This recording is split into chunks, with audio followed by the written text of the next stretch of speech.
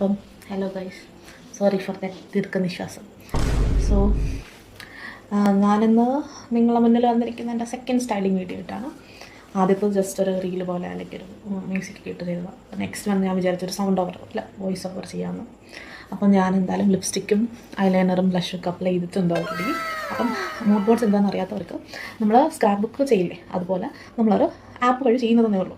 അപ്പം നമ്മളതിനെ ഒരു കുറച്ചും കൂടെ എന്താ മോഡേണീകരിച്ചൊരു പേരായിട്ട് പറയുന്നു, എന്താണ് മൂഡ് ബോർഡ്സ് എന്ന്. അപ്പോൾ നമ്മൾ മൂഡിനനുസരിച്ച് നമ്മൾ സ്ക്രാപ്പ് ബുക്ക് പോലെ കുറേ സ്റ്റിക്കേഴ്സൊക്കെ ലെയർ ചെയ്തിട്ട് ഒരു തീം ഫോക്കസ് ചെയ്തിട്ട് ചെയ്യുന്നതിനാണ് മൂഡ് ബോർഡ്സ് എന്ന് പറയും. തീം ഫോക്കസ് ഇല്ല, നിങ്ങൾക്ക് ജസ്റ്റ് സ്റ്റിക്കേഴ്സായിട്ട് ചെയ്യണമെങ്കിലും ചെയ്യാം. അപ്പം ഞാൻ റീസെൻ്റായിട്ട് തുടങ്ങിയിട്ടുള്ള ഒരു ഹോബിയാണത്. അപ്പം അത് നിങ്ങളെയും കൂടെ ഒന്ന് കാണിച്ച് തരാമെന്ന് വെച്ചിട്ടാണ് വീഡിയോസ് ചെയ്യാമെന്ന് വിചാരിച്ചത്.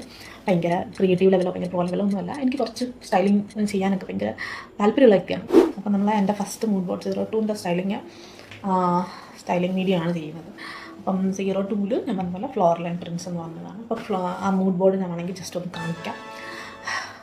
ഓക്കെ, അപ്പം അതിൽ ഞാൻ സ്റ്റൈൽ ചെയ്തിരിക്കുന്ന ഒരു സ്കേർട്ടാണ്.